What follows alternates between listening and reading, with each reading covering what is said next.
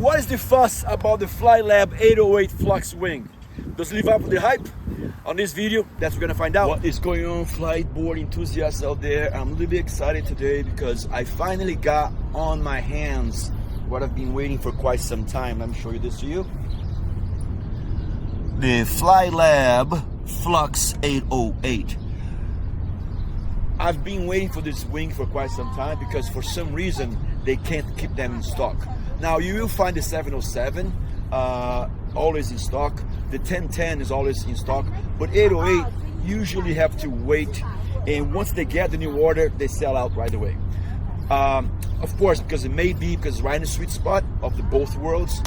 But anyhow, I'm not gonna talk about the shape right now, but stick until the end because I will talk about the evolution of e-foiling in foiling itself, because that's how it all started. But I want to put in this water to see if it's really stepped up for the hype they've been talking about this wing. I might go in the water and talk while I'm in the water, but if the wind is too strong, I will do a talk over. With that said, if you guys know any mic that can connect to the X5 that is waterproof, please let me know. I have several mics that connect to the X5, but none of them are waterproof. And if you fall with that microphone, you're gonna mess the whole thing up. Not only that, the camera's actually exposed. So if you know any mic that's waterproof, that can connect to the X5, let me know. Let me get this started. I gotta slow down a little bit because it's a little bit windy today. And I wanna make sure you can hear what I'm saying. So, I've been riding for about 15 minutes or so. I'm still getting used to the wing. However, I'm usually riding the 850 conical. And the 850 conical is a kind of a higher spec wing. This is a mid spec wing. I would call it a mid spec wing. I'll get that later. But it feels like it has more glide and more speed than the 850. Despite the fact that the 850 is basically 42 centimeters bigger. Hold on, let me make a turn. So, as I was saying, the 808 feels about 2-3 miles faster than the 850, which has a nice glide. Also, it's less pitch sensitive, meaning it holds its pitch stability better than the 850. So it goes faster, it's more pitch stable. Well, one thing that it sees on carving, on tracking. When I say tracking, I mean it's a stable wing. It's a stable wing on the pitch sensitivity and also on carving. Surprisingly, glides a lot too. So, where this wing succeeds and shines, it's on carving, because it tracks very well once you make a turn. But in order for me to do that, I gotta be much high speed, so I won't be able to talk. But it's a very good all-around wing in every single speed. Even at low speeds, it's still very controllable and very tracked, as I said. But let me bring up the gear and show where this shines. Let me just do a talk over here in case if you couldn't understand anything that I said because of the wind. I was comparing the 808 Flux with the 850 conical wing. That's the wing that I've been riding for quite some time. Now, despite for the fact the 850 conical wing is a higher spec, the 808 Flux goes faster between the average of 2 to 4 miles faster than the 850 on the same gear. And it's funny, surprising, because the 808 I consider to be a medium aspect wing. Now, one thing that really surprised me is for the fact that the 808 Flux is not only faster than the 850, but also is more maneuverable and more stable. Now, needless to say, I didn't test the 808 Flux on a wave on a surf because surf here in Boston simply sucks. However, this wing was designed by FliteLab specifically for surfing. And if you are a speed demon who likes flat water, you're gonna love this wing.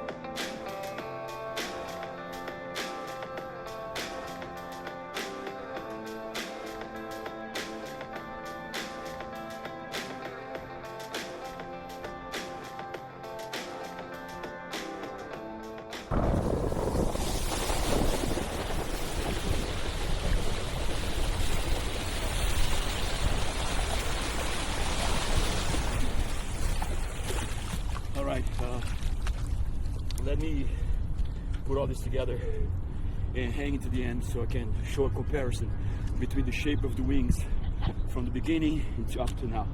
So hang in there, and I appreciate for hanging till the end. All right, guys, thank you for staying till the end. I'm gonna go through a little understanding over here about the progress of the wings with Fliteboard and wing in general. As you know, e-foil comes right behind of foiling, and the first wings, and I can say for sure the Fliteboard follows like the wing foil sport, and the wings have evolved throughout the time. And I remember when I first started, I started with wing foiling, and the wings that we used to have back then used to be all about stability because it was a new sport. So therefore it needs something to be very stable so you can learn. So that's exactly what the first generation of Fliteboard was. Here we have the Cruiser, 1100 Cruiser, and this thing was all about a inhedral shape that hugs the water. Not only that, these little winglets over here gave more stability and the width of the wing. So this wing to learn was great, but was a little bit heavy. That was the first generation. And with that, they also had the Flyer, the infamous Flyer. For the fact that was the beginning of e-foiling, this wing was very popular, and for me that was the best wing ever for about 3 years.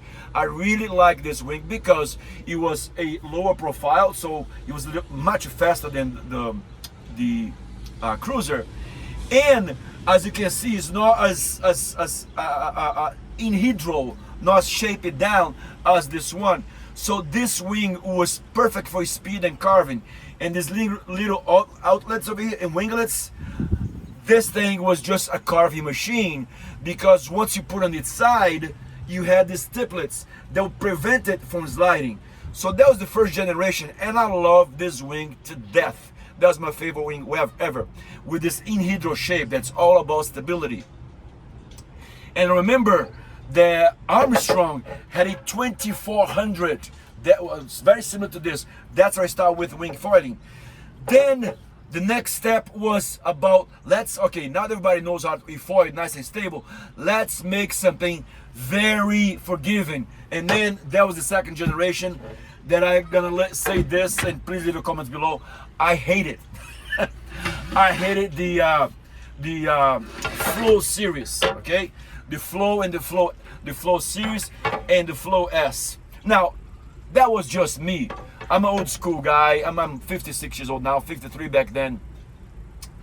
And for me, as you can see, there's a dihedral shape over here. This thing is all about looseness. And I didn't like it. Up to this day, I don't like this wing. It was just too loose for me. It was like stepping on a banana peel and sliding and falling. Now, needless to say, a lot of people love this. Especially I have a lot of friends in Florida who lives in small canals, and they need something that will turn in a dime in small canals. So this wing at low speed is the best thing ever, because once in a low speed you can just turn in a dime.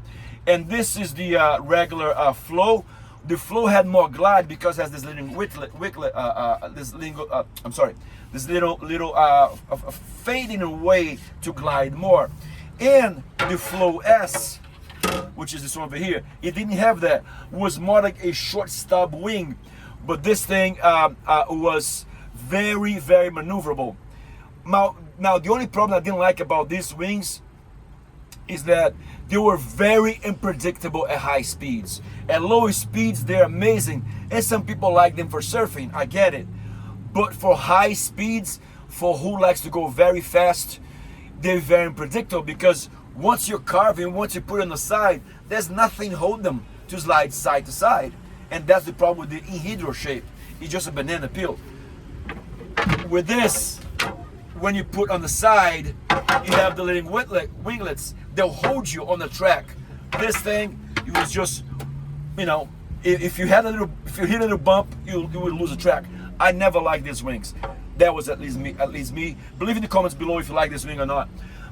Now, finally, they became more modern. Of course, that's the second generation. Third generation was about gliding. So first was about stability. The first generation about stability, to learn how to recoil.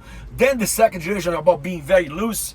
And the third generation was about gliding. So that's they came out with the 15 jet. This wing was actually for quite some time one of my favorites because it had a lot of glide, and also it had a little bit of that inhydro shape. It was almost flat, almost like a high aspect. So it had a lot of gliding. The problem is, look at the size of this core, and this is the 1500. A lot of gliding, but not as maneuverable because it's such a mass that you have to make this turn. And I recommend this wing to be a quiver killer for quite some times up until nowadays. So this wing was definitely a good wing for you to learn, to surf, and do everything with it. Now the first generation, the Flyer, you couldn't surf. You could go fast, you could carve, but you couldn't surf. Second generation, you could go not as fast because it's very predictable. You could surf, and you could go slow, very maneuverable. The third was all about gliding, going as far as you can, and this is what really turned out the point. And the evolution got better and better. So as you can see, from an anhydro shape to a dihydro shape, and then somewhat to the high aspect, and that's when it also came out with a very nice wing that I like, which is the conical shape. By this time now is the fourth generation of wings that I would say. That it was this is A50 conical. I like this wing because wasn't never as loose as the Flow series, and not as carvy and tight and firm as the Flyer. So it was something between, but it still for me was a little bit loose. This anhydro shape wasn't that much. It's just a little bit, if you can see, not much. But what I did, I broke my winglets. I actually have the video that I made on this wing to make it more stable for me. I'll leave the link below. Because for me, it still was a lot of glide. This was awesome for glide. For pumping, it was amazing. Also for surfing, amazing wing. But for me, I still felt that was a little bit loose. And a lot of people still like these wings today. Then final now, where you're at right now today, look at the evolution. All of this is being proved by wing foil surfing. And they finally came out with the what we're talking about today, which is the FliteLab 808 Flux. Now, this for me now, it's amazing. Why? Because it combines a little bit of all of them. Okay. First of all, start with the anhydro shape, just slightly anhydro shape on the beginning. Nice and thin core. Then it sweeps out for the glide. To have a glide. At the same time, the winglets go a little bit with the dihydro shape. From the middle to the side tip, it becomes a dihydro. So this thing is basically what does everything. You can carve with it, you can surf with it, and you can glide with it. I love this wing. I only have about 3 days on it, and I'm just getting better and better and better. That's why I say this to you now. To you guys now, this is a quick, this is definitely a quick killer. It's just, it does everything that you need. Now, this is the 808 that I got. As a beginner, I think you should get the 1100, the 1010. I'm sorry, the Flux 1010, because a little more stable, a lot of glide. Then, if you're intermediate, go for the 808. Then if you want to go really fast and carve, and you really like surfing in big, huge waves, the 707. So right now, this wing is a quiver killer. This wing goes for anybody, and that's what it's all about. Whatever level that you are in right now on wing foiling, this will be a wing. Of course, depending on where you're pairing up with. I pair up mine with a 245, also modified with little winglets on it. So I'm saying this to you guys, this wing right now, if you're a beginner, if you're a surfer, if you like to carve, if you like to glide and pump, this is your wing. Fliteboard did an amazing job on this wing. FliteLabs and Fliteboard did an amazing job with the wing. And I know it's true. Our boy, congratulations to you. Oh my God, Justin. I'm sorry, Justin. I almost forgot your name, dude. Basically, Justin is the professional rider for Fliteboard, and he's killing on the world racing right now on the 606. He just won a championship in Switzerland right now. I think it was Switzerland. Congratulations, brother. And he has a 606, but it's a prototype wing that's using. And hopefully we're gonna have that wing in our hands.